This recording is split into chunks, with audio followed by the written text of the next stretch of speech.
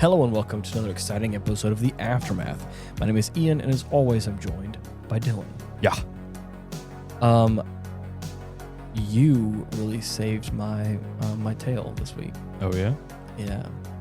I was sitting here, and I was kind of opening up to you and venting a little bit about just kind of the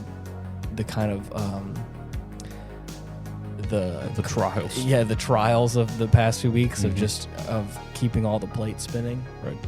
And you so politely were like, so do we have anything scheduled for the podcast coming up? And I was like, you know what, Dylan?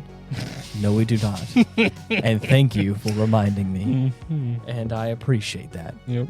Because I was definitely, if you didn't remind me, I was definitely thinking, I'm going to grab a bite to eat. Right. And I'm going to go head to bed. Motherfuckers call me the notepad.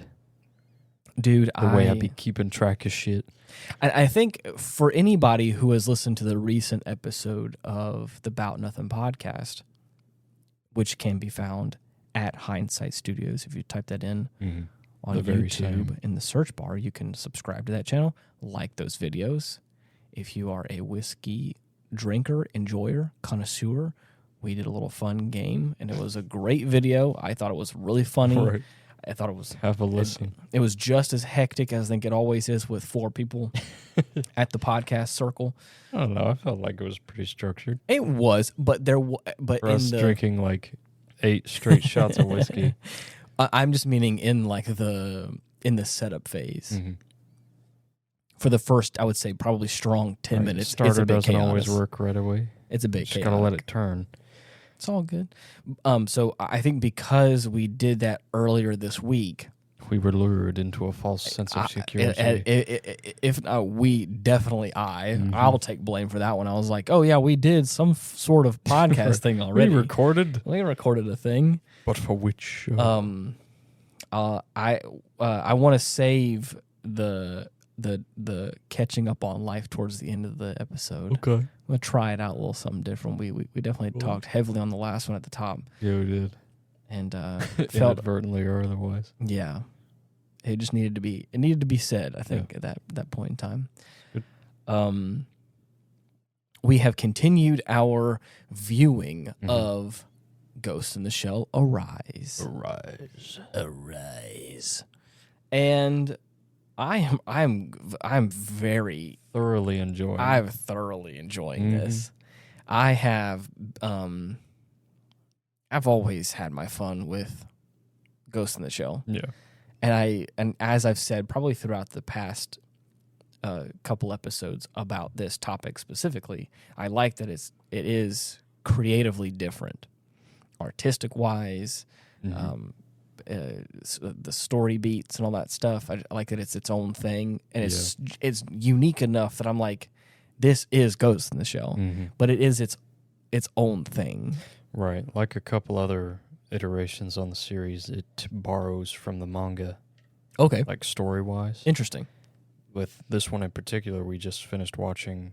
It follows a little subplot about the Major and this dude she's hooked up with, where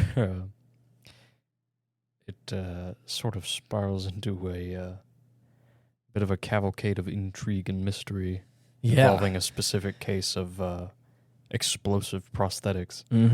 Exploding limb syndrome. Yep. I almost didn't get that word out. I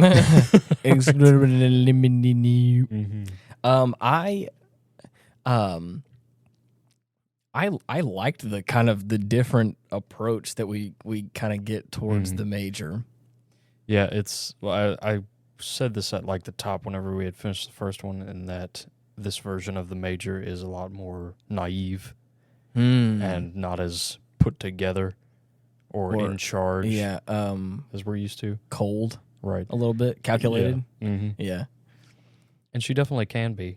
Like, in the mix of the action, like, in combat, she's fucking flawless just about, as per usual. But, I mean, in any, like, situations where she's got stakes in it that involve, like, any kind of feelings. Yeah. Or if it's something, like, she cares about a lot, then it starts to get messy. There is more emotion out of this adaptation of The Major, Mm-hmm. I would say, just from the little bit we've seen so far. Well, I say little bit. We've watched technically 3 full hours. Right. Because I'm so used to seeing the original film version of her where she's just kind of deadpan, introspective, I would say calculated. Philosophical. Yeah, philosophical is good too. And then there's the standalone complex version, which is yeah, also a little introspective, but mainly like real snarky. Yeah. Snarky is a good word too for that. That is good. Oh yeah, smug, I would say. Smug, yes. I love that. Yep. But still like super capable and dangerous. Of course. But man. Snarky, that's funny. I mean, that's, dude. It is. I was trying to think of a good word to come up with it, and then I feel like you took it right out of my head before I even came up with it. I was like, I couldn't even think of a good word, and you said, I was like, that's 100% what it is. Yeah, I love it. Yeah, but I liked this episode of this because, like we've said before, so far of the iterations I've seen of The Major, like love and like specifically like romantic love for a partner, never at the forefront. Never. I've seen some moments in history where she's like may have gotten a little, risque, playful, playful or risque with other women. Oh, definitely. But like I've never have I seen her in that position with another man at all. Like genuinely romantic. Yeah. So anyways, at first I was like, whoa, this is kind of strange. Right. And then like as they go through like all her teammates, like we've got pretty much all the warriors except for Togusa. And Bout keeps making comments like, damn, you've been with this guy for 3 months? That's a new record. Mm-hmm. And she'll hack him like immediately and punch himself in the face. Yeah. But love that. Man. A little brevity. Yeah, she's just been going around from guy to guy, seeing what's what, apparently trying to see what sticks, I guess. Hey, But this latest dude, a prosthetic engineer who just so happens to work on her, do checkups, all sorts of maintenance. Right. It's like fall in love with your dentist. Exactly. No, that's exactly what it is. Yeah. But evidently, during the course of an engagement with a few like terrorists, she ends up having issues with her leg, specifically. We get a new wardrobe adaptation of the leather red suit. Right, where she just, as the film goes on, she starts missing both pant legs. Yeah. She tears the first one off just to see what the fuck's going on with her leg the first go around. Yeah. And then in another scene, she's just walking around with one pant leg, trying it out, seeing how it looks, I guess. And then in a few scenes after, I don't know if she tears the other one off, but it's just a pair of red shorts now. Yeah. Someone hemmed them for her. Right. Let me just go ahead and just go ahead and make shorts out of it, why don't you? But I think towards the end of the film, both of her legs are malfunctioning. Yeah, both of them. And I think that's supposedly from what it looks like, which by the way is a chilling visual. Mm-hmm. Looks great. Right. It sells the feeling that I think that they're trying to sell, which is gross. Yeah. Personally, I will say personally. If you've ever had a leg cramp, that's exactly what it feels like. Yes. Like you see her thigh muscles like constrict and almost like twist a little bit. Oh, yeah. In kind of a weird way that you're like, oh, that's not supposed to do that. Nope. And you could tell like from her facial expressions, like she's not super painful. She's not enjoying it. And so you're like looking at this, like she like ripped her pants leg off and looks at her leg and like her muscles are like just writhing and you're like, everything's tensed up. No. Yeah. Not a fan. Yeah. Would not want to have that happen to me. Yeah. It feels like what a Charlie horse. It looks like what a Charlie horse feels like. Yep. But just in her whole leg. Yeah.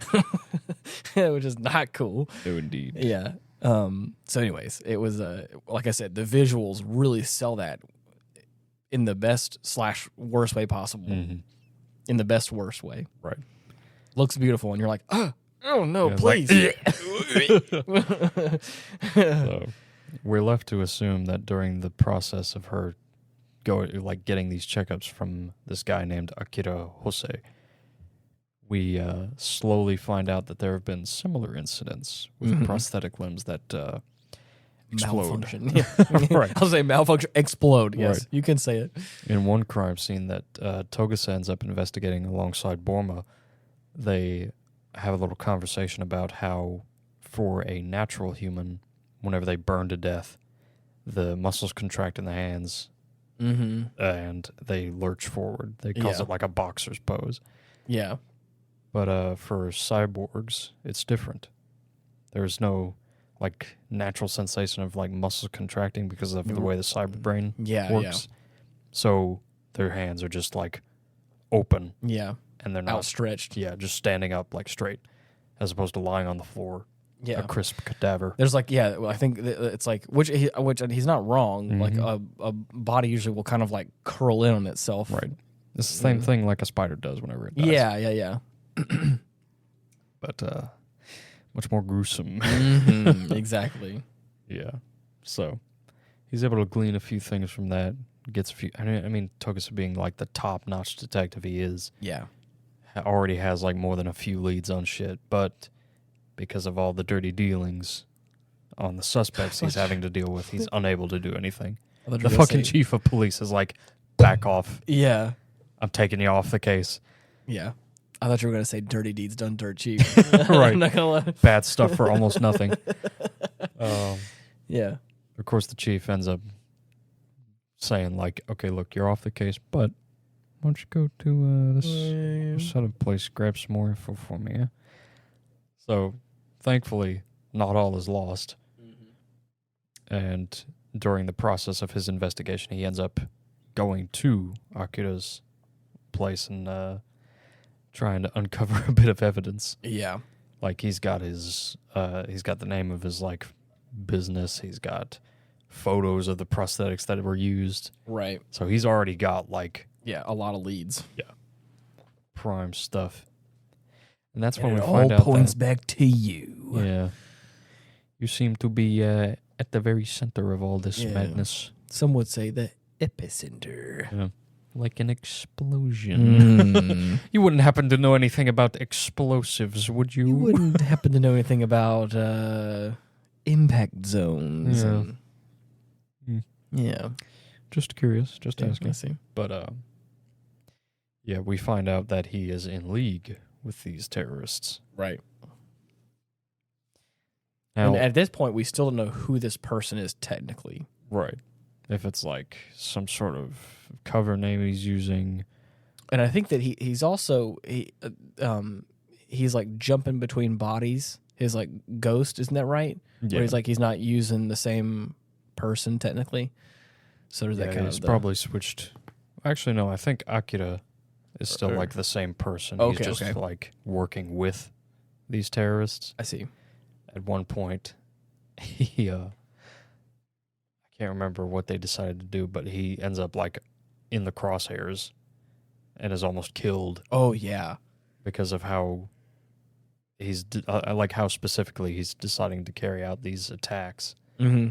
Evidently, the higher ups in this guerrilla terrorist group do not agree. So, one of my favorite instances is when after that attempt on his life, he meets back up with him like digitally. And he's just like, you're a fucking idiot. And then one guy on the right just fucking dies.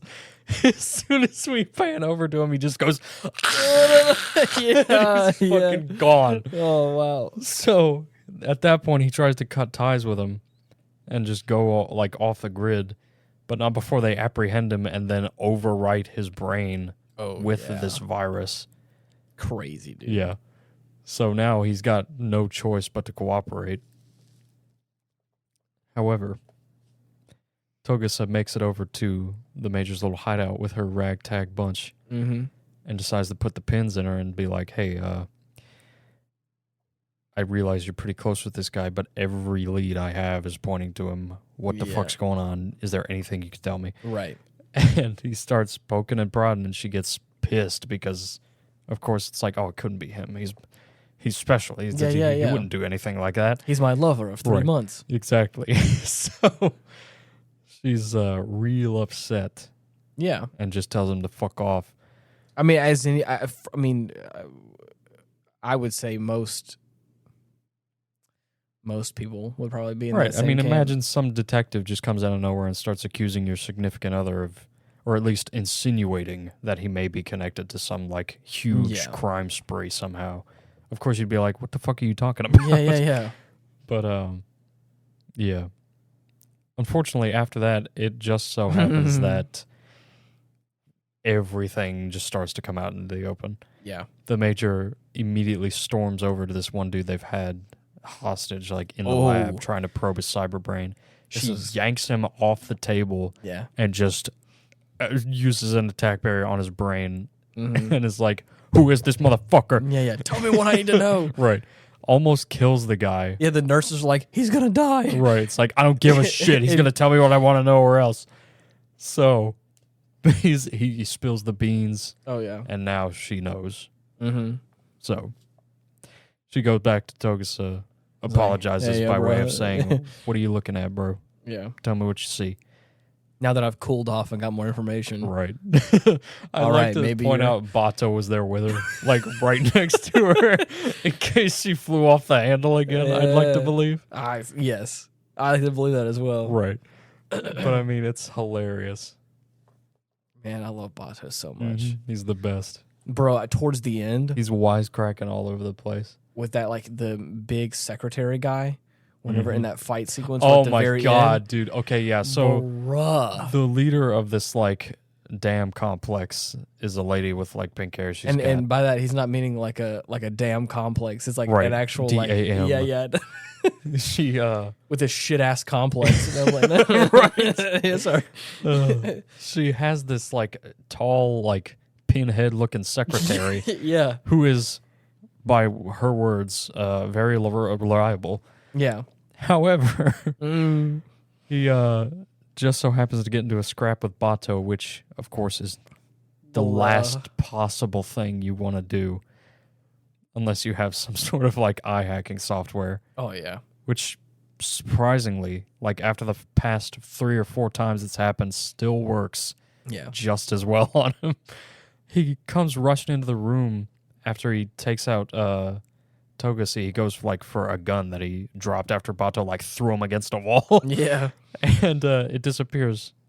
So he can only assume. Now, to be fair, he does notice that the only way and the only person who's been able to do that to him is the Major. Yeah. So, of course, immediately he's like, okay, something's off here. Yeah. But not before he throws hands with this guy. Yeah. For the next...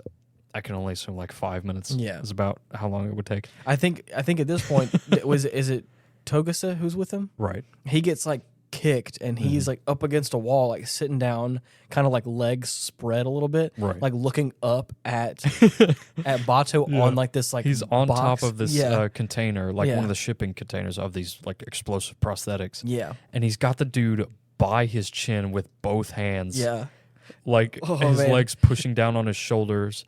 And he is tearing his head off. Oh, dude. He rips it right out of his body. I know I've said this a handful of times, again, throughout the past couple episodes. Mm-hmm.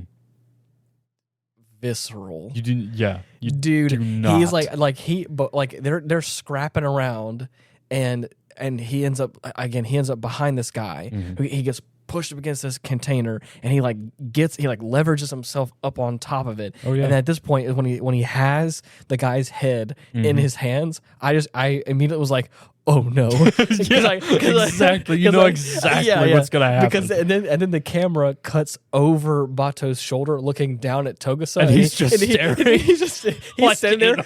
He's sitting down, spread looking up, going, right. And he's just ripping his whole spine out of his back. What do you do I'm at that point? Besides maybe go for the guy's legs and start pulling down just to make it easier. The thing is, I said in that very moment, and I quote, I looked up at the reaction image that Togusa is watching this man rip this android's head off with its spine still attached, all that kind of stuff, and I was like, me too, dude. Right, yeah. Just sitting there going, yep. Way to go. Way to go. Good job, big guy.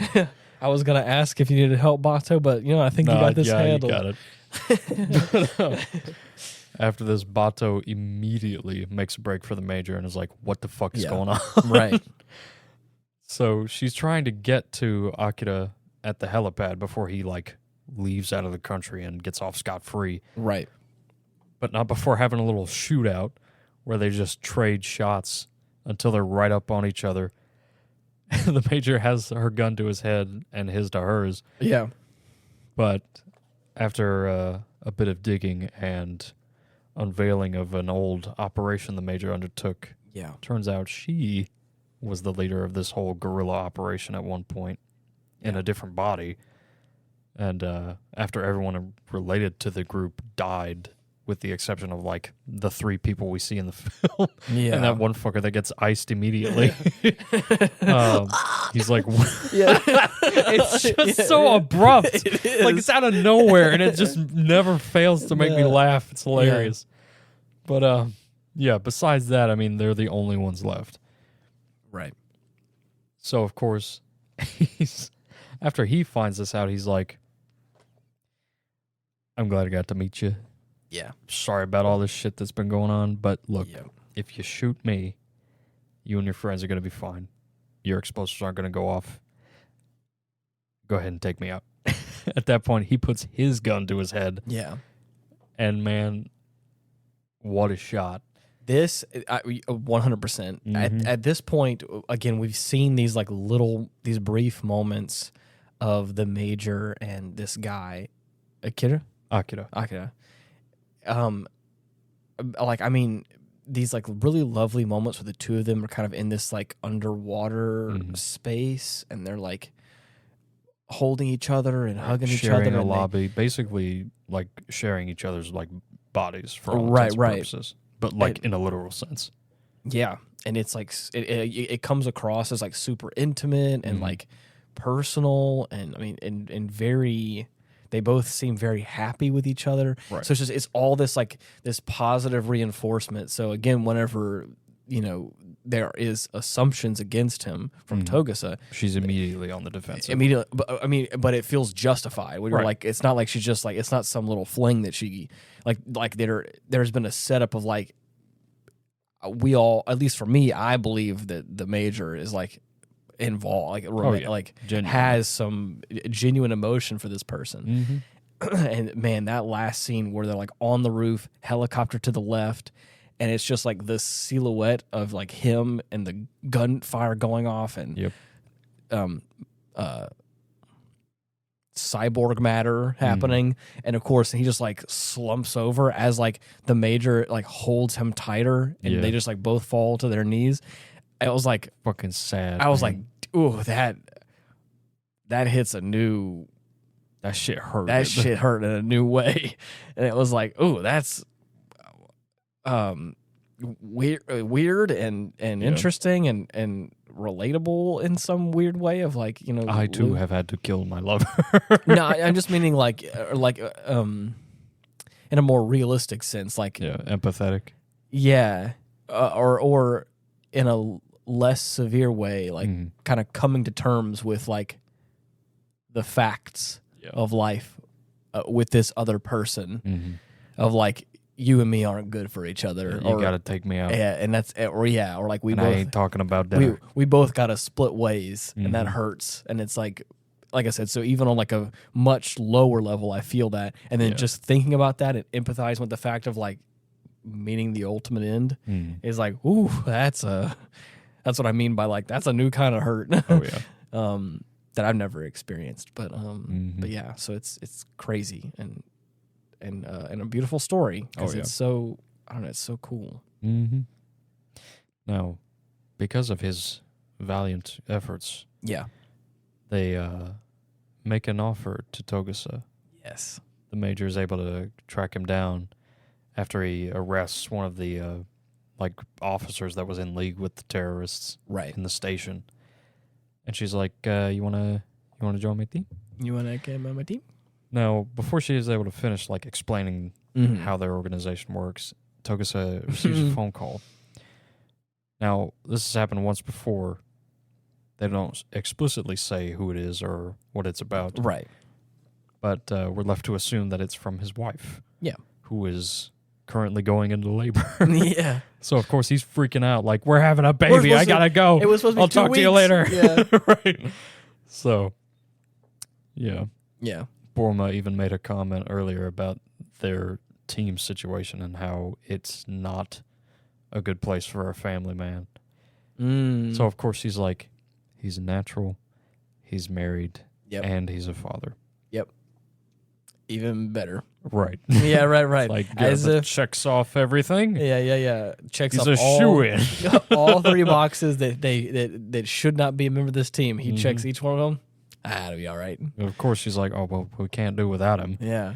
He's essential. He's essential.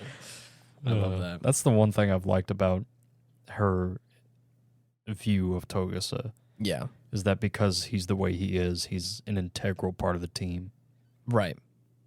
I love that. Mm-hmm. How many episodes are there in total? Was it 4? Yeah. Next one's going to be the last. Really? Mm-hmm. That's sad. Yeah. For me at least, because I'm like, I want more, and there's no. This is it for that. Yep.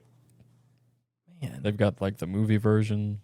I think the TV version as well. I'm not too sure that we had looked into. Oh yeah. But I think the TV version still only had like 1 or 2 editions. Yeah, it's pretty much just the same stuff. Damn, dude. Unfortunately. Is there any other new Ghost in the Shell stuff coming out? I mean, they got the new standalone complex like CG series. Came out on Netflix a while back. I remember. Yeah, I haven't seen any of that. It's pretty good. Okay. Yeah. It's pretty good. Yeah. But I don't know. As far as the series go, I'm never not going to be able to watch the first film and like the original standalone complex. That's still like the cream of the crop for me. Oh yeah, I mean, I think we've talked about this a handful of times on these so far. As if you could stop me. Standalone complex, really. I mean, especially after we watched it the first time together, and I had that realization that like this was the show that came on Adult Swim that I had no idea what it was, right. And it kind of gave me the willies of the many. Yeah. Mm-hmm. Of that, like you wake up at 2 or 3 in the morning and there's like something on TV and you're like, what am I watching? That's got to be a certain like subgenre I don't want to organize all those into. George Lopez being like chief among them because everybody's had that experience apparently. Yeah. Nick at Night and you were looking at George Lopez Fresh show. Prince of Bel-Air. Yeah. There's also the same sensation except with like infomercials. Mm-hmm.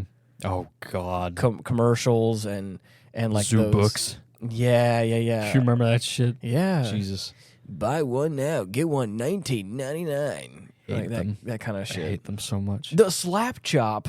Oh God, or something like that. Oh Jesus. Yeah. So, anyways, there's a whole bunch of like those kind of I think are also integral parts in people's nostalgic. Are you on the ball? Get on the ball. Mm. Again, but for me specifically, there was Cartoon Network that then swapped over into Toonami for a while. Yeah. Before it was like Adult Swim. Or in between Adult Swim. I can't remember. I don't know what. It was probably in between Adult Swim. Yeah. I want to say it would be Cartoon Network, then Toonami, or it was probably during Adult Swim, I believe. Toonami probably just crop up. But man, anyways, it would come on, and sometimes I'd watch like there'd be some weird anime or some different show that I didn't fully understand. Right. And again, just for anyone that hasn't heard this story before, I remember very faintly that there was like this anime that came on that has like these like blue robots that had people inside them that were like talking but their mouths weren't moving, and it was like kind of strange and futuristic but not really, and I never, again, because like I would like fall asleep and then wake up and then like the show would be on, I would never like fully comprehend what the show like really was, or I wouldn't stay tuned long enough for like the commercial break that says you're watching ghost in the shell, right? Or like that kind of stuff. Mm-hmm. So again, young kids probably will never know this nowadays, but like you could just turn on a channel and there'll be like stuff playing on it. Yeah. But like you never knew what it was or what the name of it was. Because at that time, I didn't have like some sort of like... There was no guide. There was no guide. You just I didn't had to have flip that. Yeah, through. yeah. I was just on local channel Cartoon Network. Mm-hmm. And then it was just running. Yeah. And so like I would be watching this strange, like I said, people speaking in some sort of hypnotic mind for a brief period of time, and I wouldn't know what's going on. And I was like, yeah... This is cool, I guess. I'm just gonna go to bed now. Right, good night. And so, like, I remember faintly having that experience, and then we were watching Standalone Complex, and I think I saw the scene in question where they're like in a tunnel, and they're all in the Tachikoma, and they're like doing their thing, and they're talking to each other, and again, and then it clicked. Yeah, and then I was like, I think I've seen this before. And I was like, "Oh man, I'm tripping now." Excuse me. Yeah, so it kind of brought me. It brought me back a little bit, where I was like, "Oh, man, this kind of feels a little weird because it's all new to me. I'm watching all this new, and then like this random scene popped out, and I was like, I'm getting some kind of. It was almost nostalgia, but more so like a strong memory of like, because I also think it happened a couple times. That's how I learned about Code Geass. Oh, yeah. The first few episodes of Code Geass hopped on Toonami at one point in time, and I was like, yo, this is legit. And I fell in love with that for a brief period of time. Yeah. I still never seen the second season. Oh, my God. We're going to have to do that with Chase. I actually really would like to watch the rest of that show, but I'm not sure if it's any good or not. But it's good. Yeah. I know the big thing you don't like is the animation style. I've aired my gripes about the art style, but I mean, that's about it. Yeah. Still a good story. I liked the idea of like the main character of that, of like some sort of like weird power dynamic and all that kind of stuff, and like it was just an interesting premise where I was like, oh, this is kind of weird. Where like the main character feels like the bad, or at least he kind of became the bad guy. The part, yeah. Yeah, it's like it was kind of weird to like root for him. It was interesting. I thought it was fun, but anyways, So yeah.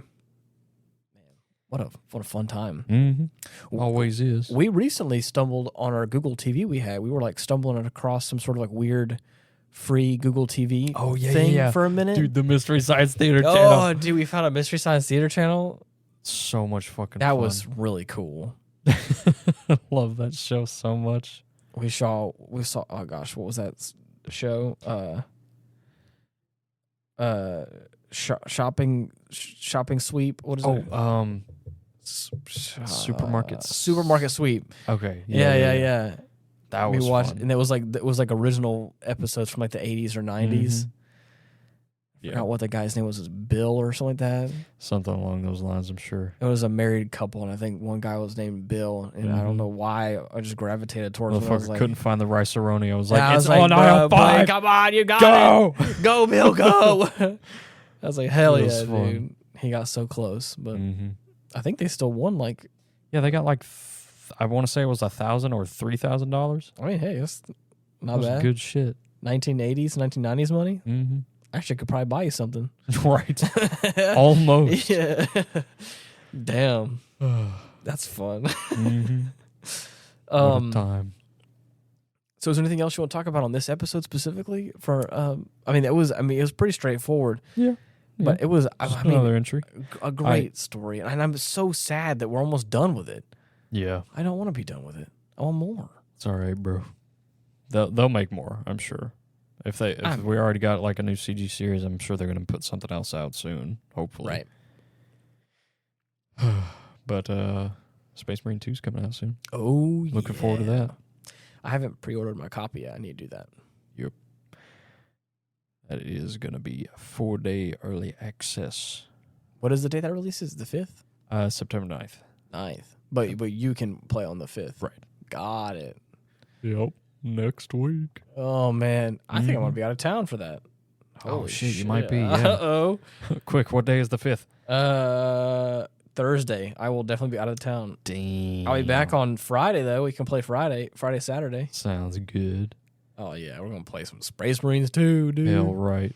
I know John was talking about it. He's also been hyping it up. It's going to be so much fun, man. Bruh. Just looking at the gameplay alone is enough to sell me. The strange thing is that it's only a 3-player team, which is like, what a strange number. Yeah, at least for the operations mode. Oh, okay. I don't know if they're going to like expand it at all. But yeah, so far the max player count for those has just been 3. But they are planning to add like a shit ton more stuff. Is that like an in-universe thing? Do Space Marine units come in teams of 3? No, maybe for like small small. Yeah, quote. Right, small for a Space Marine squad, maybe, but interesting. They usually don't specify like a specific number of them for any kind of operation unless it's part of the plan.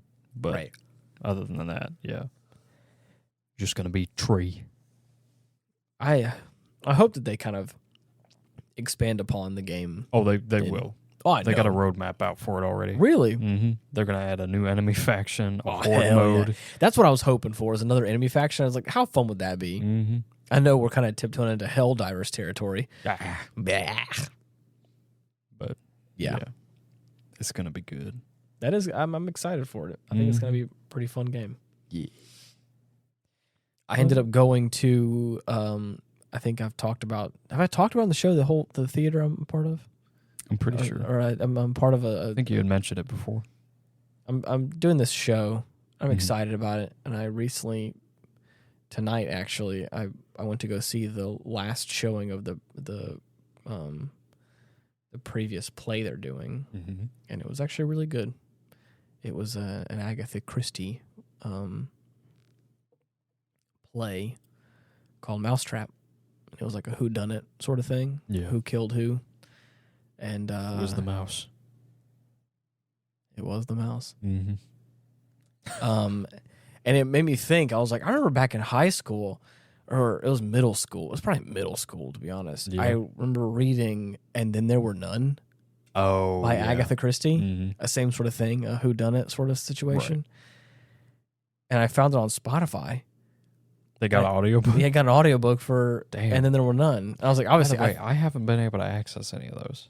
Really? Yeah. Whenever I pull it up, it says I require a premium account.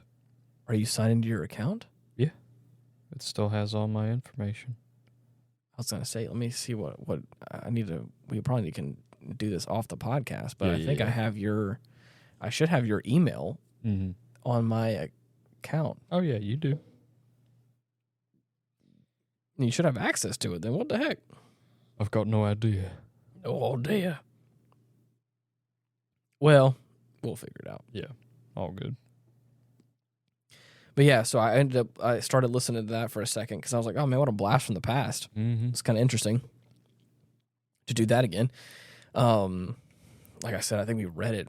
I mean, gosh, it feels like forever ago at this point. Yeah. But yeah, the show was actually really, I think it was very well put on. It's like a local theater, so it's a bit of a smaller venue. Opened up just recently.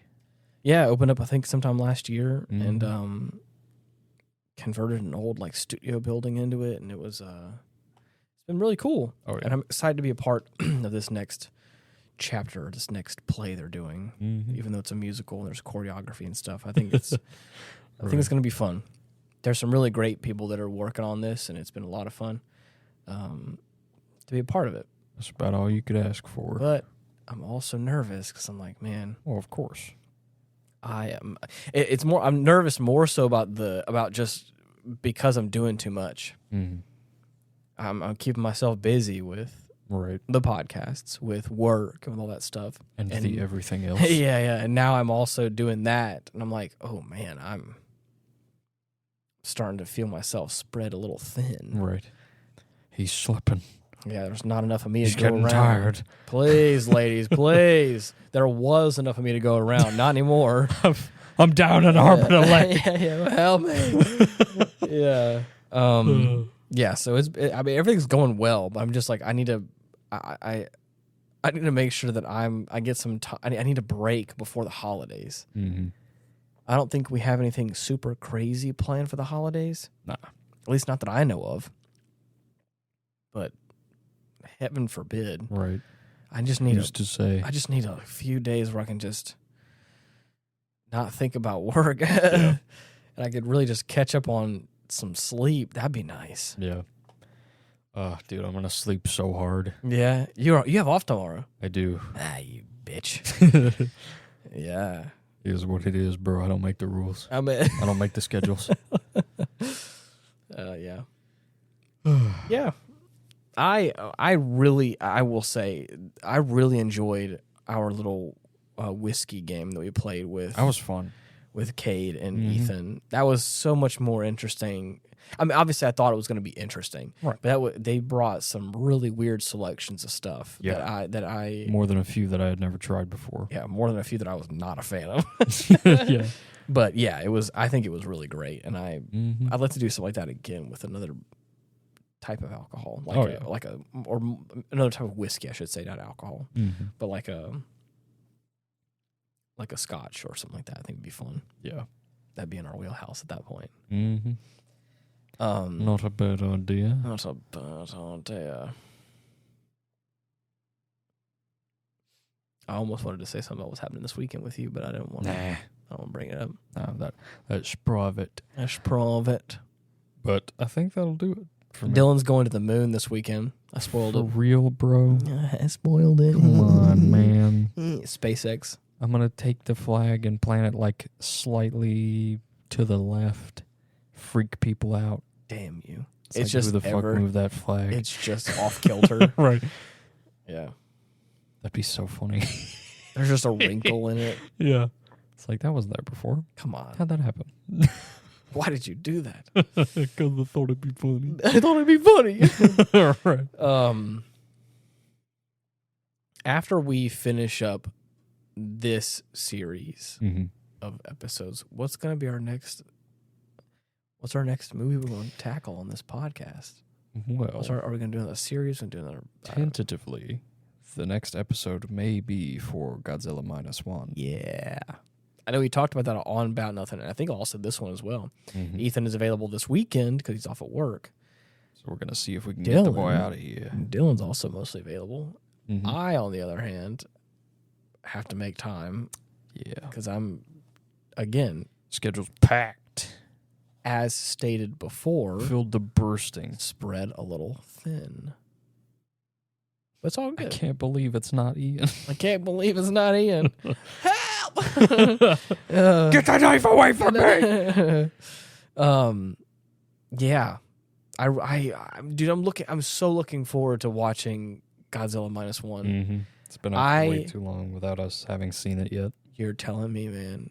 And I've done a pretty good job of keeping this spoiler free for me. Oh yeah, no, I haven't seen damn near anything except the first trailer for it. I've seen pictures of Godzilla in the water, I think, but I don't know nothing about it, and I'm so excited because I want to go into this fresh. Yeah, because I've heard no specifics. I've heard vague, quote unquote, reviews of it. Where people have said it's really good, and I was like, cool. All right. Say no more. I've heard people say like it has the great human story elements, and I was like, cool, fun. I like that. Always a plus when you actually give a shit about the human story. Right. So I was like, so I've heard like those kind of consensus, and I haven't heard anything opposing that from people that enjoy a good Godzilla film. So I'm like, all right, every new release, it's going to be pretty unanimous, I feel. Exactly. And that's why I'm saying, and as I've said with big robot stuff and Godzilla stuff, is like, don't have super crazy high expectations for anything. Right. Just go in there. Sit back, turn your brain off, and enjoy. Have a good time, dude. That DJ I showed you earlier, I forgot what her name was. She was doing like that whole disco funk thing that we were playing around. We have a little pre-show jam sesh. Especially the nights where we're a little bit more on the side, you know? Yeah. And it's starting to catch up with me. I know we're getting there. I ended up playing some of that music or whatever, and she has a MacBook that's got a bunch of like really cool, unique Godzilla stickers all over it. Oh, nice. And I was like, hell yeah. I thought you were. I was gonna say I thought you were cool. Now you're really cool. You're grade A. You're a grade A woman right there. But anyways, so I'm excited I'm excited to watch -1 because that same factor, that same thing is like I'm not gonna go in with any crazy high expectations, but I want to sit back. I'm sure it'll measure up. Have a good time. Mm-hmm. And then didn't they have a new like MonsterVerse movie come out? They like snuck its way in or no? Well, I mean, there's still Godzilla X Kong that we haven't watched either. But wait, what do you mean? You mean for the podcast? Yeah.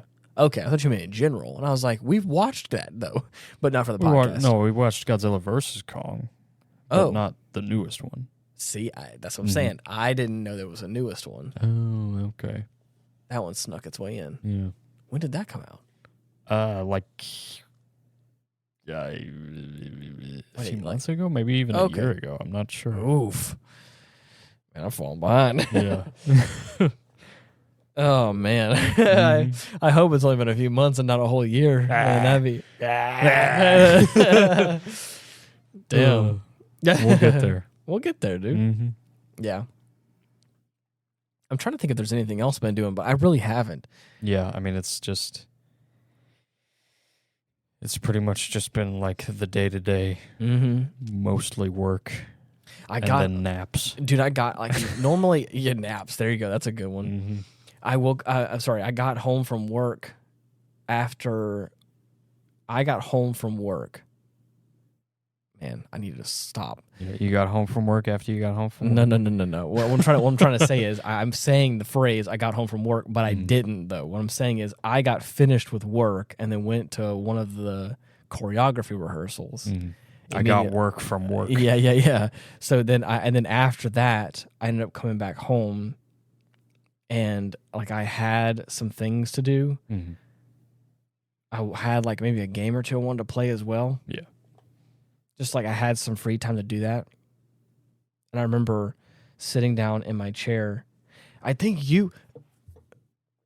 it was that night where you walked in.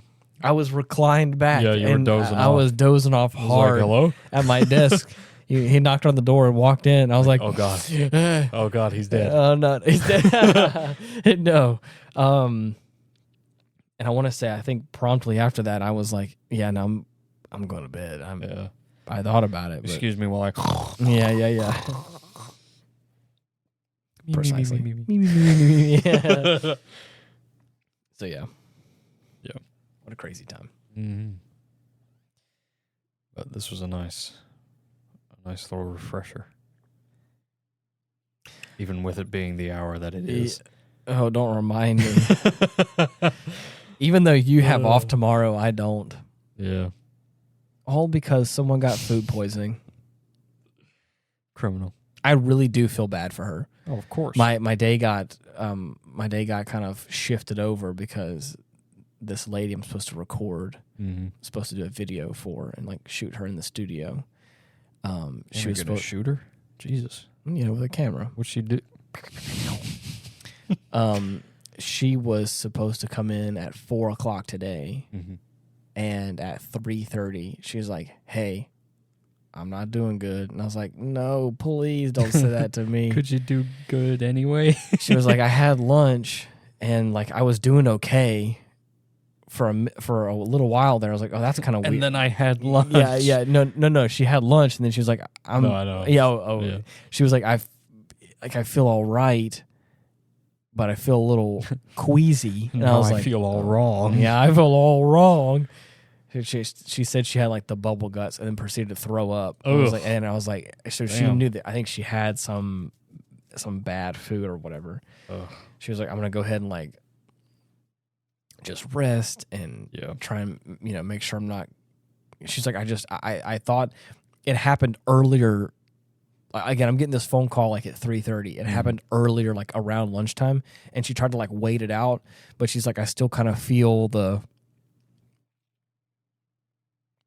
rumblings of it all. Yeah. And she's like, I just don't feel safe driving all the way out there. And I was like, hey, probably for the best. The last thing I want to do is to catch you shitting on camera. So that's not what I'm trying to make here. Nope. So anyway, she's coming tomorrow. Normally I don't work on Fridays, except for whenever situations like this happen. This case just so happens to be a circumstantial exception. Yeah, and I'm sad about it because I'm tired and I just want to stay in bed and just relax. And I think it's supposed to sprinkle or something's supposed to rain tomorrow. Dude, rainy weekend. Hell yeah. That's what I'm saying, dude. Oh yeah. How cool would that be? It's perfect. I'm gonna record that video from the studio. I'm gonna go sit down in a local coffee shop and listen to it rain while I edit the video.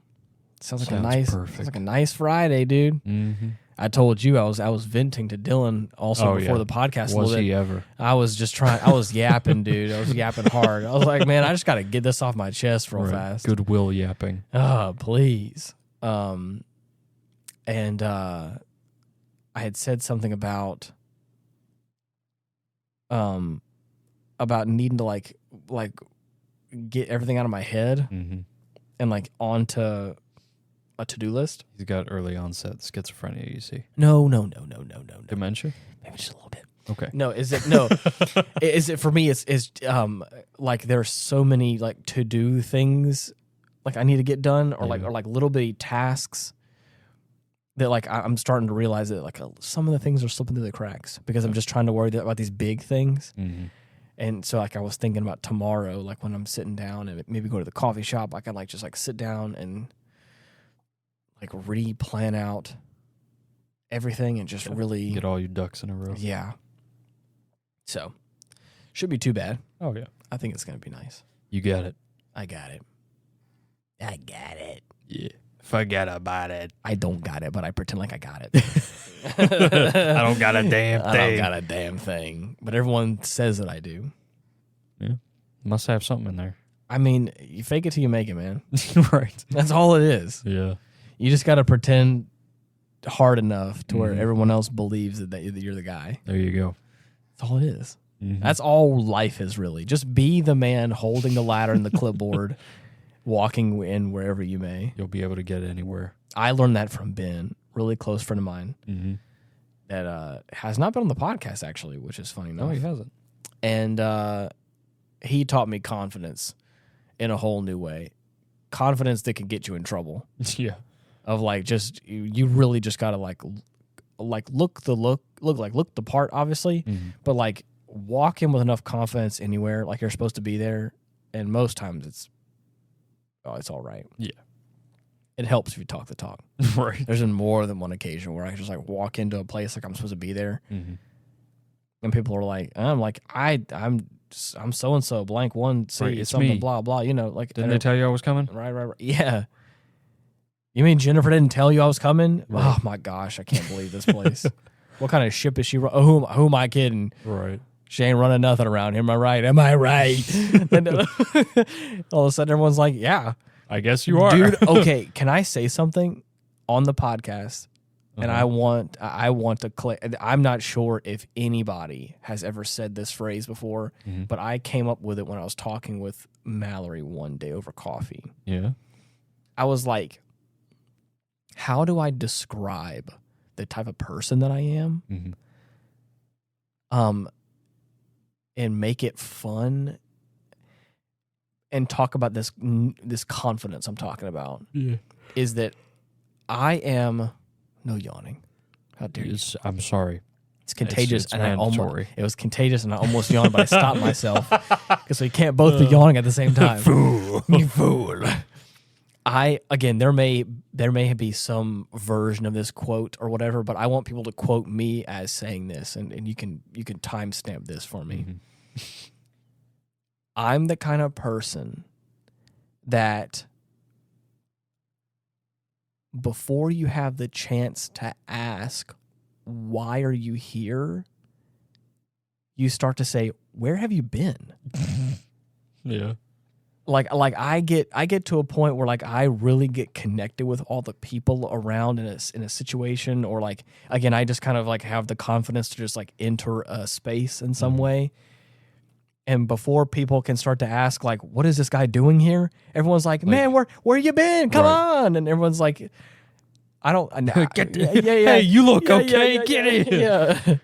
even more so, everyone's like, he doesn't have any of the credentials to be here, but he's like, but it's Ian. They could just he's here. Like, he's supposed to be here. Yeah. Where has he been all our lives? It makes our lives easier and better, and he's so funny and cool. I'm like, that's what I'm talking about. That's funny. Yeah. It doesn't always work, obviously, but there's been a lot of times where, I mean, even this theater stuff, any kind of acting I've ever done has been on camera acting. Right. Has been like actor acting, not like theater acting. Right. Which, for those of you who don't know, there's gotta be up on stage. There's a pretty big difference in like the acting style of those two things. Mm-hmm. And I'm constantly like more subdued because on camera you're supposed to be. You're supposed to be subdued. Never a subdued. Damn. I'm a dom dude. God damn it! Not like that. I'm a prime guy. Don't pretend, guys. Get Dylan. Do not take that out of context. Come on. Don't pretend like I'm the one who made the lofty claim when you said subdued. I'm never a subdued. Anyways, I meant like in the sense of quality, not fucking. No. I just thought it was funny. That's what I thought you were saying, and then whenever I just like matched your energy, you're like, oh my god! Like I was like, don't pretend like I wasn't the one who made the weird comment. Out of the gutter with you. Yeah, out of the gutter. No, but anyways, like again, I am not a theater actor because I again. Not by nature. The improv classes I've done, the acting stuff that I've done has all been like subtle. Make it really subtle. Never look directly at the camera, but like look past the camera. I put the B back in subtle. Yeah. Look through the camera. That's what I heard a lot. Never look at the camera, look through it. And so it's always subtle. It's always like less is more because that camera's right up in your face getting all your details. Oh, yeah. Whereas, like, really seeing the pores. Whereas a theater, you got to perform to the back row. You got to perform to the nosebleeds, baby. You got to be. Can you see my pores? Yeah. Help! Wherefore art thou? I exfoliated today. Oh no! I am killed. Right. Look at me! I'm dying. Oh, for you in the back. Look. Oh. No, you're not looking. Look at me. I'm dead. Yeah. You see this? There's a sword in my chest. You're just running around flailing your arms. Right. Look at me. Just in case anybody doesn't know. Right. I mean, obviously, I'm being a little facetious, but what I have been the critique I've gotten is give me a little more, like more death. No, be bigger. Right. You know, like die harder. Large death. Yeah. Large death. You're doing small death. I need big death. Come on. Right. Extra ham. Extra ham. Oh man. So yeah. But because of that, I also know that's required. Right. So I'm also I am having fun, and I'm also with some very talented theater actors that are, I mean, they're pretty good at what they're doing. So I kind of just got to mimic them a little bit. Right. So it makes it a little bit easier. And dude, there's these two cast members with myself that are quick. They're witty. And they're quick-witted, if you would. They're very, and I think they're very funny. And one thing that I've realized is being around them has kind of sharpened that wit, rubbed off on you. Right. I think it's more so. I wouldn't say rubbed off. It's more so like giving me the opportunity. Not to say that I don't have that with anybody else, but like in my day to day like working life, right? There's no one that like has that kind of like. To kind of ping pong that energy off of. So the second that I'm around them, I'm like, oh, okay. So now this is where I get to like this is fun area. I get to hone this like skill a little bit where I'm like, let me go ahead and just like be quick and funny and witty and like and we're definitely the problem people. I don't say problem. We've never been a problem, but we definitely have like caused a ruckus where we stopped the productive conversation for a minute while everyone was laughing to then like go back. And I was like, big goofball. That's fun. It makes me happy, especially right now with all the bullshit going on. Oh yeah, no, and with how busy everything is. Attitude you need right now. How quickly depressing everything can be with just how like hard I think I'm working and a lot of the stuff I'm doing. It's just like with all that stuff to be able to go into a space and like rehearse a choreography routine for a thing, which is already kind of strange for me and weird.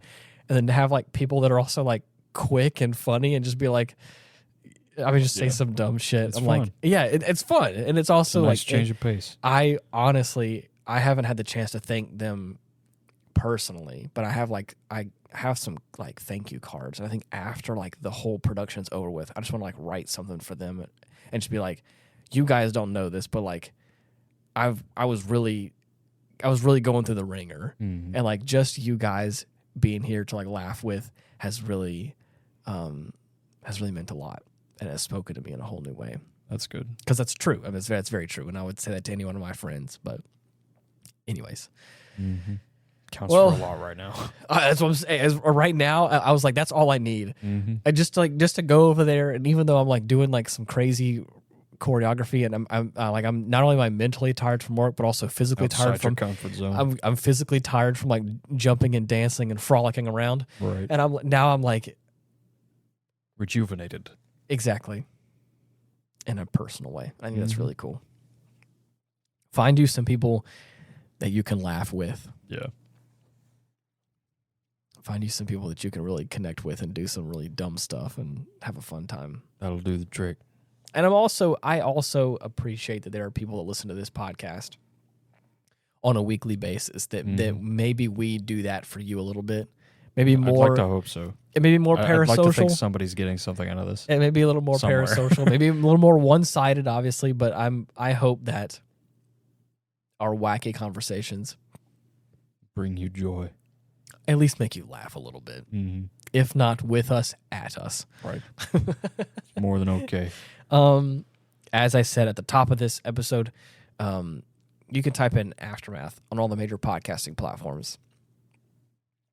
Spotify and Apple Podcasts and all that is where that same feed is where the Bout Nothing podcast is, in that collective feed with all of it. But if you go into YouTube and go in the search bar and type in @Hindsight Studios, you can look at the channel there. Give it a subscribe. You can like the videos. You can comment with us.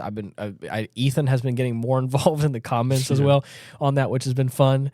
I try to keep engaged and look at the comments because it really does make me happy.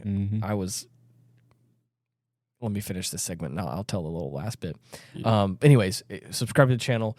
You can see the playlist of the podcast. You can watch them all there for both the Aftermath and Bout Nothing as well. To go back to that comment I was talking about, I was sitting at a meeting, like a table with people. They couldn't see my phone. But I opened my YouTube app because I got the notification that Toasty commented on the video. The ever-present. Always.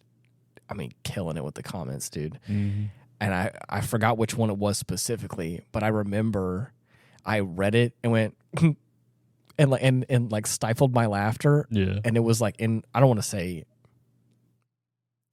I was with people that like it was appropriate. Yeah. It was professional, but obviously they were like, "What happened?" And I was like, but the thing was sensible chuckle. Exactly, it was a sensible chuckle just to myself for a moment.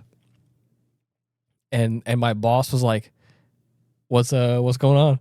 And then of course the comment was so.